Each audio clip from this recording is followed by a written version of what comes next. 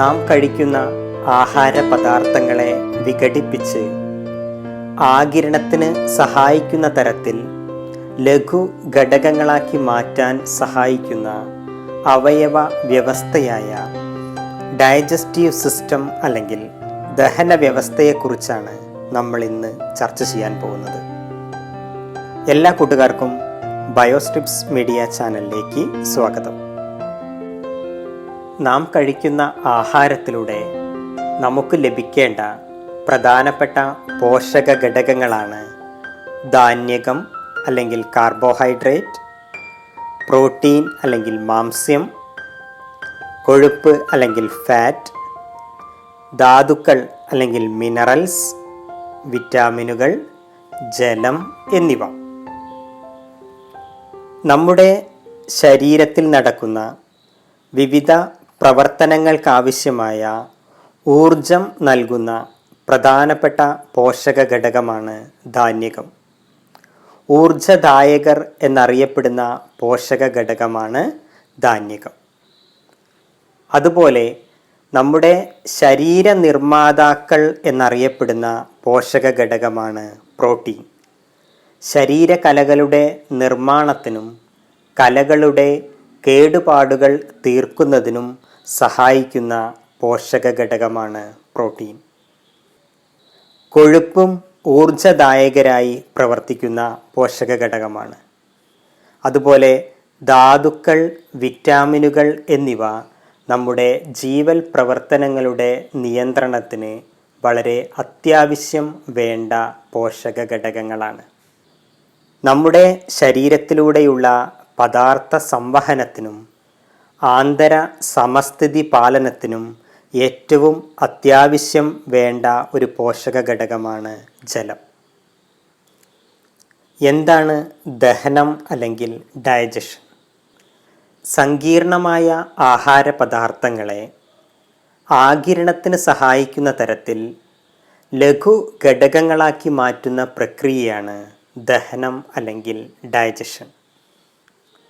നമ്മുടെ ദഹന വ്യവസ്ഥയുടെ പ്രധാനപ്പെട്ട ഭാഗങ്ങളാണ് വായ, അന്നനാളം, ആമാശയം, ചെറുകുടൽ, വൻകുടൽ, മലാശയം എന്നിവ. Mouth, oesophagus, stomach, small intestine, large intestine, rectum എന്നിവയാണ് നമ്മുടെ ഡൈജസ്റ്റീവ് സിസ്റ്റത്തിൻ്റെ പ്രധാനപ്പെട്ട ഭാഗങ്ങൾ.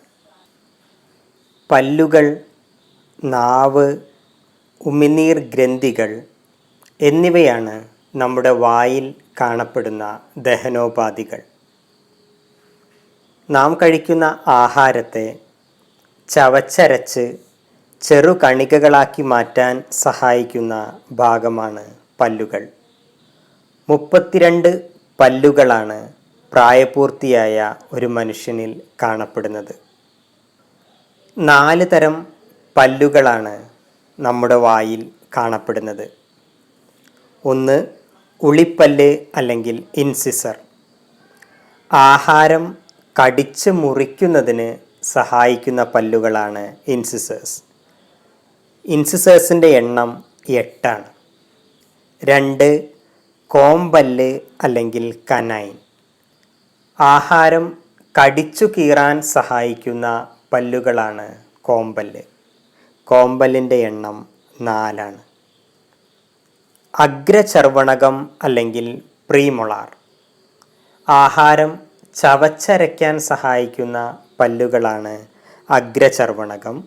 അഗ്രചർവണകത്തിൻ്റെ എണ്ണം 8. ചർവണകം അല്ലെങ്കിൽ മൊളാർ. അഗ്രചർവണകത്തെ പോലെ തന്നെ ആഹാരം ചവച്ചരയ്ക്കാൻ സഹായിക്കുന്ന പല്ലുകളാണ് ചർവണകം. ചർവണകത്തിൻ്റെ എണ്ണം 12.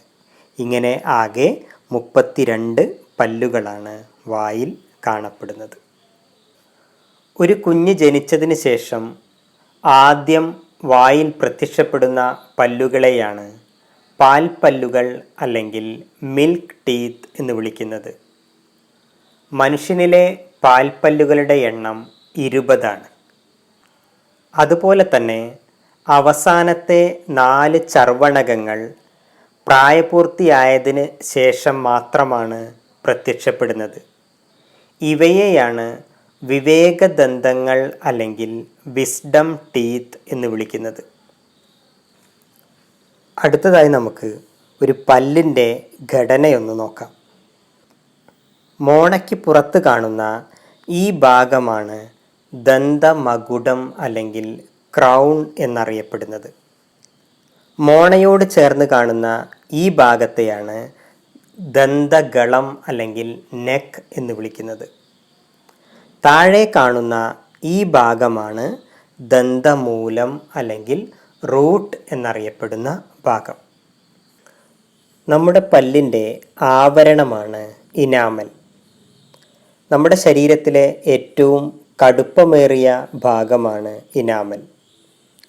വെളുത്ത നിറത്തിൽ കാണപ്പെടുന്ന നിർജീവമായ ഭാഗമാണ് ഇനാമൽ. നമ്മുടെ പല്ല് നിർമ്മിച്ചിരിക്കുന്ന ജീവനുള്ള കലയാണ് ഡെൻഡൈൻ എന്നറിയപ്പെടുന്നത്. പല്ലിൻ്റെ അകത്ത് കാണപ്പെടുന്ന ഈ ക്യാവിറ്റിയാണ് പൾപ്പ് ക്യാവിറ്റി എന്നറിയപ്പെടുന്നത്. പൾപ്പ് ക്യാവിറ്റിയിൽ കാണപ്പെടുന്ന മൃദുവായ യോജക കലയാണ് പൾപ്പ്. ഈ ഭാഗത്ത് രക്തക്കുഴലുകളും നാഡീതന്തുക്കളും കാണപ്പെടുന്നുണ്ട്. പല്ലിനെ മോണയിലെ കുഴികളിൽ ഉറപ്പിച്ചു നിർത്താൻ സഹായിക്കുന്ന കാൽസ്യമടങ്ങിയ യോജക കലയാണ് സിമൻറ്റം എന്ന് പറയുന്നത്. പല്ലിൻ്റെ വിവിധ ഭാഗങ്ങളാണ് നമ്മളിപ്പോൾ പരിചയപ്പെട്ടത്.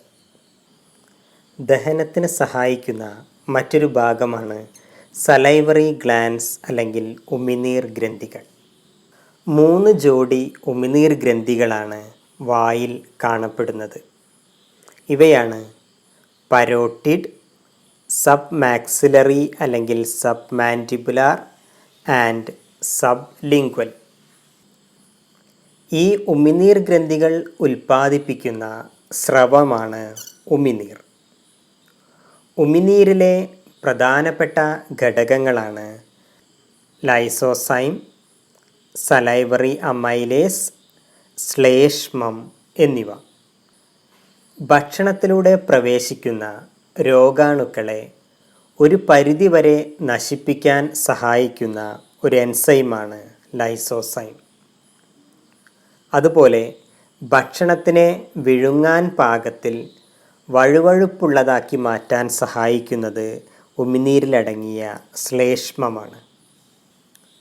ഉമിനീരിൽ കാണപ്പെടുന്ന സലൈവറി അമൈലേസ് എന്ന എൻസൈം അന്നജത്തെ മാൾട്ടോസാക്കി മാറ്റുന്നു. വായിൽ വെച്ച് ഭാഗികമായി ദഹിച്ച ആഹാരം ഗ്രസനി അല്ലെങ്കിൽ ഫാരിങ്സിലൂടെ അന്നനാളത്തിലേക്ക് പ്രവേശിക്കുന്നു. ഗ്രസനിയിൽ നിന്ന് തന്നെയാണ് നമ്മുടെ ശ്വാസനാളവും ആരംഭിക്കുന്നത്. നാം ഭക്ഷണം വിഴുങ്ങുന്ന സമയത്ത് ശ്വാസനാളം മുകളിലേക്ക് ഉയർന്ന് ക്ലോമപിദാനം എന്ന ഈ ഭാഗം കൊണ്ട് ശ്വാസനാളം അടയ്ക്കപ്പെടുന്നു. ഇങ്ങനെ ക്ലോമപിദാനം കൊണ്ട് അടയ്ക്കപ്പെടുന്നത് കൊണ്ടാണ് നാം വിഴുങ്ങുന്ന ആഹാരം ശ്വാസനാളത്തിലേക്ക് കടക്കാതെ അന്നനാളത്തിലേക്ക് തന്നെ പ്രവേശിക്കുന്നത്. ഇങ്ങനെ നാം വിഴുങ്ങുന്ന ഭക്ഷണത്തെ അന്നനാളത്തിലൂടെ ആമാശയത്തിലെത്തിക്കാൻ സഹായിക്കുന്ന അന്നനാള ഭിത്തിയുടെ തരംഗരൂപത്തിലുള്ള ചലനമാണ് പെരിസ്റ്റാൾസിസ് എന്നറിയപ്പെടുന്നത്. അടുത്തതായി ആമാശയത്തിൽ വെച്ച് നാം കഴിക്കുന്ന ആഹാരത്തിന് എന്തെല്ലാം മാറ്റങ്ങളാണ് സംഭവിക്കുന്നതെന്ന് നോക്കാം. ആമാശയത്തിനകത്ത് വെച്ച് ശക്തമായ പെരിസ്റ്റാൾസിസ് വഴി ആമാശയത്തിനകത്ത് എത്തിച്ചേർന്ന ആഹാരത്തെ കുഴമ്പ് രൂപത്തിലാക്കി മാറ്റുന്നു. ആമാശയ ഭിത്തിയിൽ കാണപ്പെടുന്ന ഗ്രന്ഥികളാണ് ആമാശയ ഗ്രന്ഥികൾ അല്ലെങ്കിൽ ഗ്യാസ്ട്രിക് ഗ്ലാൻസ് എന്നറിയപ്പെടുന്നത്. ദഹനത്തിന് സഹായിക്കുന്ന ആമാശയരസം അല്ലെങ്കിൽ ഗ്യാസ്ട്രിക് ജ്യൂസ് ഉൽപ്പാദിപ്പിക്കുന്നത് ഈ ആമാശയ ഗ്രന്ഥികളാണ്. ആമാശയരസത്തിലെ ഘടകങ്ങൾ ഏതൊക്കെയാണെന്ന് നോക്കാം. ഒന്ന്, പെപ്സിൻ. പ്രോട്ടീനിനെ ഭാഗികമായി പെപ്റ്റോൺസാക്കി മാറ്റുന്ന എൻസൈമാണ് പെപ്സിൻ. 2, gastric lipase. കൊഴുപ്പിനെ ഭാഗികമായി ദഹിപ്പിക്കുന്ന എൻസൈമുകളാണ് ഗ്യാസ്ട്രിക് ലിപ്പേസ്. 3, hydrochloric acid. ഭക്ഷണത്തിലെ രോഗാണുക്കളെ നശിപ്പിക്കുകയും ആമാശയത്തിൽ നടക്കുന്ന ദഹന പ്രക്രിയയ്ക്ക് യോജിച്ച pH ക്രമപ്പെടുത്തുകയും ചെയ്യുന്നത് ഹൈഡ്രോക്ലോറിക് ആസിഡാണ്. നമ്മുടെ ആമാശയ ഭിത്തിയിൽ കാണപ്പെടുന്ന പറൈറ്റൽ സെൽസ് അല്ലെങ്കിൽ ഓക്സിൻറ്റിക് സെൽസ് ആണ് ഈ ഹൈഡ്രോക്ലോറിക് ആസിഡ് ഉൽപ്പാദിപ്പിക്കുന്നത്. ഈ ഹൈഡ്രോക്ലോറിക് ആസിഡ് കാരണം നമ്മുടെ ആമാശയത്തിലെ pH 1 മുതൽ 3 വരെ ആയിരിക്കും. 4, ശ്ലേഷ്മം. ഈ ദഹനരസങ്ങളുടെ പ്രവർത്തനങ്ങളിൽ നിന്നും ശ്ലേഷ്മം ആമാശയ ഭിത്തിയെ സംരക്ഷിക്കുന്നു. ആമാശയത്തിൽ നിന്നും ഭാഗികമായി ദഹിച്ച ആഹാരം ചെറുകുടലിലേക്കാണ് പ്രവേശിക്കുന്നത്. മനുഷ്യൻ്റെ ചെറുകുടലിൻ്റെ നീളം 5 മുതൽ 6 മീറ്റർ വരെയാണ്.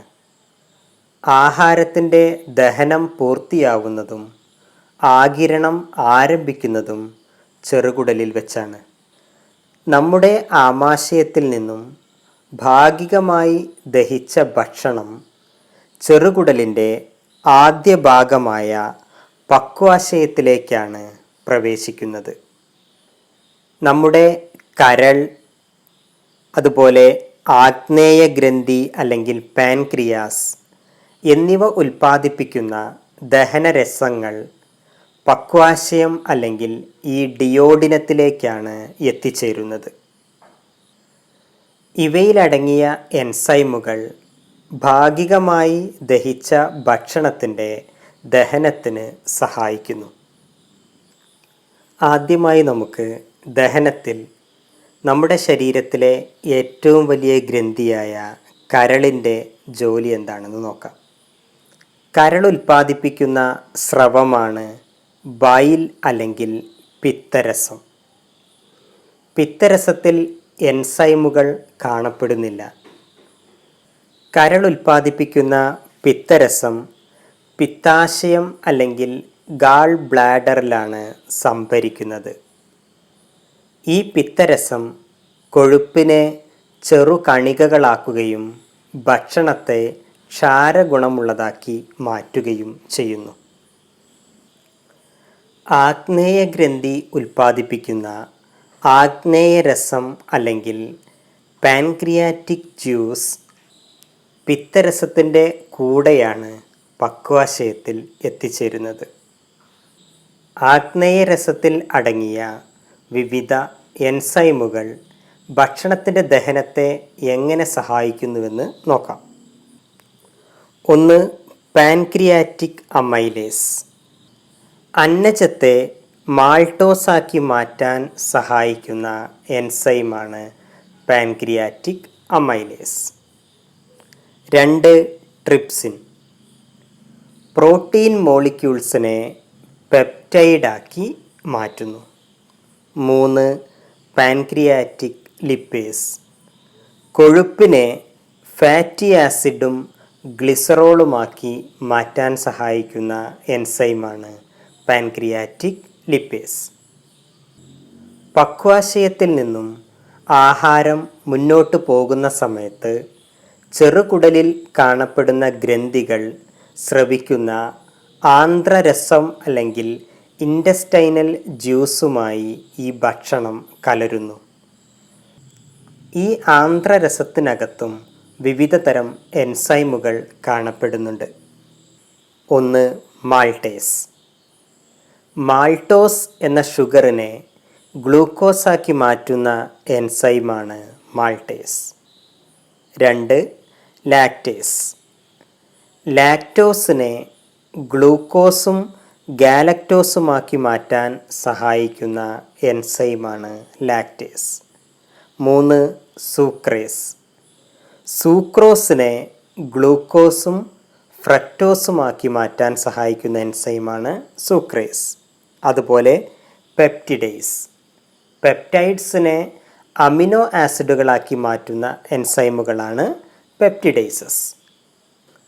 ഇങ്ങനെ ദഹനവ്യവസ്ഥയുടെ വിവിധ ഭാഗങ്ങളിൽ വെച്ച് നടക്കുന്ന ദഹനഫലമായി രൂപപ്പെടുന്ന അന്തിമോൽപ്പന്നങ്ങൾ ഏതൊക്കെയാണെന്ന് നോക്കാം. ദഹനഫലമായി ധാന്യകം ഗ്ലൂക്കോസ്, ഗാലക്ടോസ്, ഫ്രക്ടോസ് എന്നീ മോണോസാക്കറൈഡുകളായി മാറുന്നു. പ്രോട്ടീൻ അമിനോ ആസിഡുകളായി മാറുന്നു.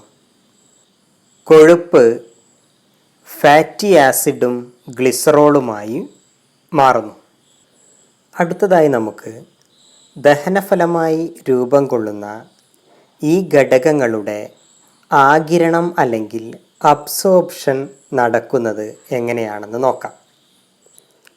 ഈ ലഘു പോഷക ഘടകങ്ങളുടെ ആഗിരണം ആരംഭിക്കുന്നത് ചെറുകുടലിൽ വെച്ചാണ്.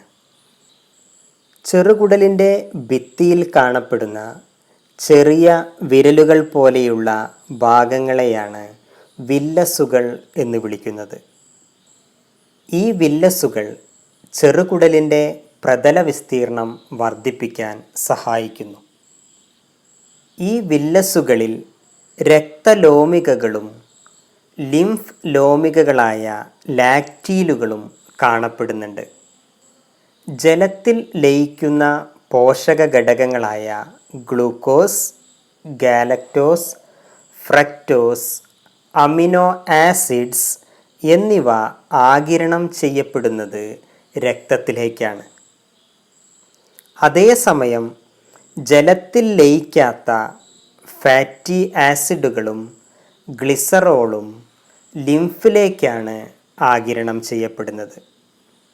ഇങ്ങനെ പോഷക ഘടകങ്ങളുടെയും ഏകദേശം 90% ജലത്തിൻ്റെയും ആഗിരണം വില്ലസിലൂടെയാണ് നടക്കുന്നത്.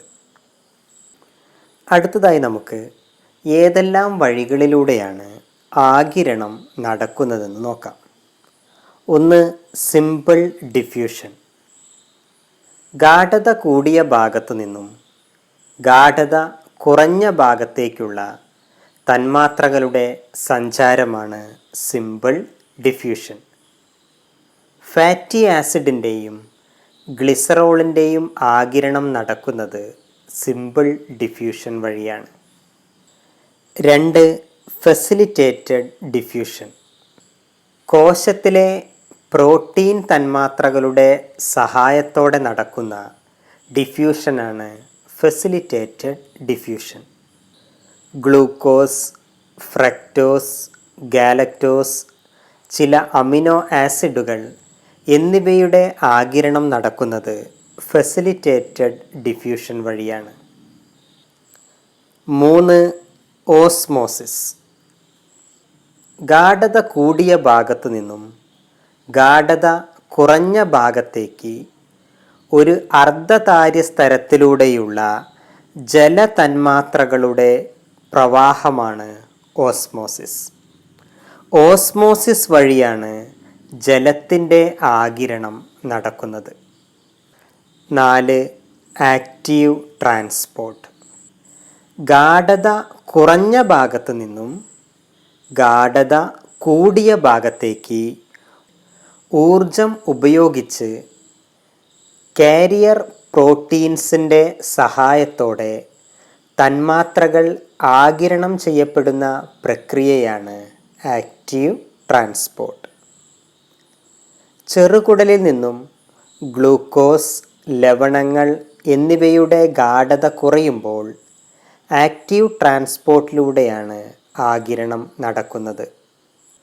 Simple diffusion, facilitated diffusion, osmosis എന്നീ പ്രക്രിയകൾക്ക് ഊർജം ആവശ്യമില്ല. എന്നാൽ ഗാഢതാക്രമത്തിന് എതിരായതിനാൽ ആക്റ്റീവ് ട്രാൻസ്പോർട്ടിന് ഊർജം ആവശ്യമാണ്. നമ്മുടെ ദഹന വ്യവസ്ഥയുടെ അടുത്ത ഭാഗമാണ് വൻകുടൽ അല്ലെങ്കിൽ ലാർജ് ഇൻറ്റസ്റ്റൈൻ. പോഷക ഘടകങ്ങളുടെ ആഗിരണത്തിന് ശേഷം ദഹനാവശിഷ്ടങ്ങൾ വൻകുടലിലേക്ക് പ്രവേശിക്കുന്നു. ചെറുകുടലിൽ വെച്ച് ആഗിരണം ചെയ്യപ്പെട്ട് കഴിഞ്ഞതിന് ശേഷം അവശേഷിക്കുന്ന ജലവും ലവണങ്ങളും വൻകുടലിൽ വെച്ച് ആഗിരണം ചെയ്യുന്നു. ഇവയുടെ ആഗിരണത്തിന് ശേഷം മലാശയം അല്ലെങ്കിൽ രക്തത്തിൽ ശേഖരിക്കപ്പെടുന്ന ദഹനാവശിഷ്ടങ്ങൾ മലദ്വാരം അല്ലെങ്കിൽ ആനസ് വഴി പുറംതള്ളപ്പെടുന്നു.